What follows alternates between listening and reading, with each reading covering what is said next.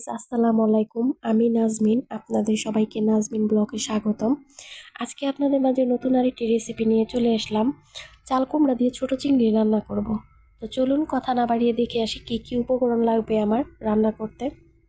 এখানে আমি পেঁয়াজ নিয়েছি আর রসুন নিয়েছি, এগুলো আমি পাটায় বেটে নেব।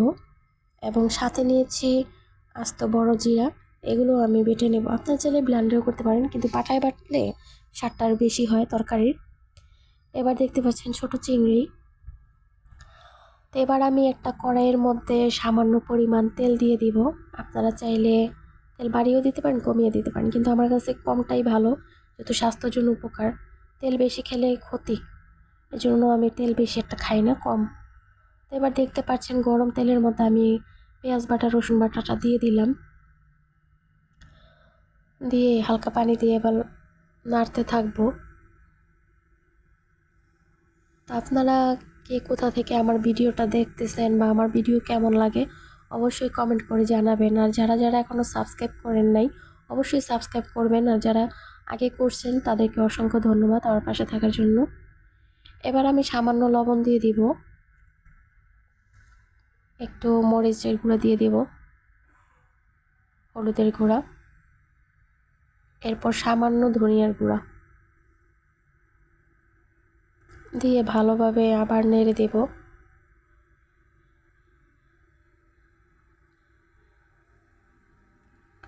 আপনাদের এলাকায় বা আপনাদের দেশে চাল কুমড়াকে আপনারা কি বলেন কমেন্টে জানায়েন তো।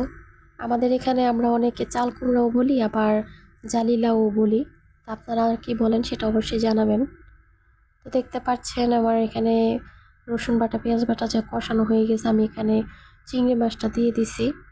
দিয়ে ভালোভাবে সেটা মিশিয়ে দিব।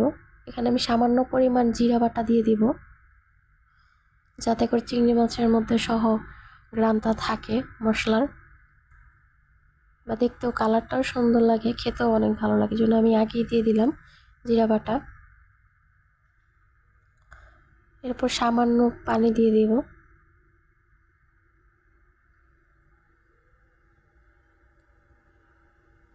আমার চিংড়ি মাছটা কষানো হয়ে গেছে, এবার আমি চাল কুমড়াটা দিয়ে দিব। দিয়ে ভালোভাবে নেড়ে দিব, মিশিয়ে দিব মশলাটা যেন সব দিকে হয়। যেমন মেশানো হয়ে গেছে, আর আমি ঢেকে দিছিলাম। এবার ঢাকনাটা খুলবো। এখন অনেকটাই হয়ে গেছে, এখন আমি ভালোভাবে আবারও নেড়ে দিব। এরপর পরিমাণ মতো হালকা একটু পানি দিয়ে রাখছিলাম,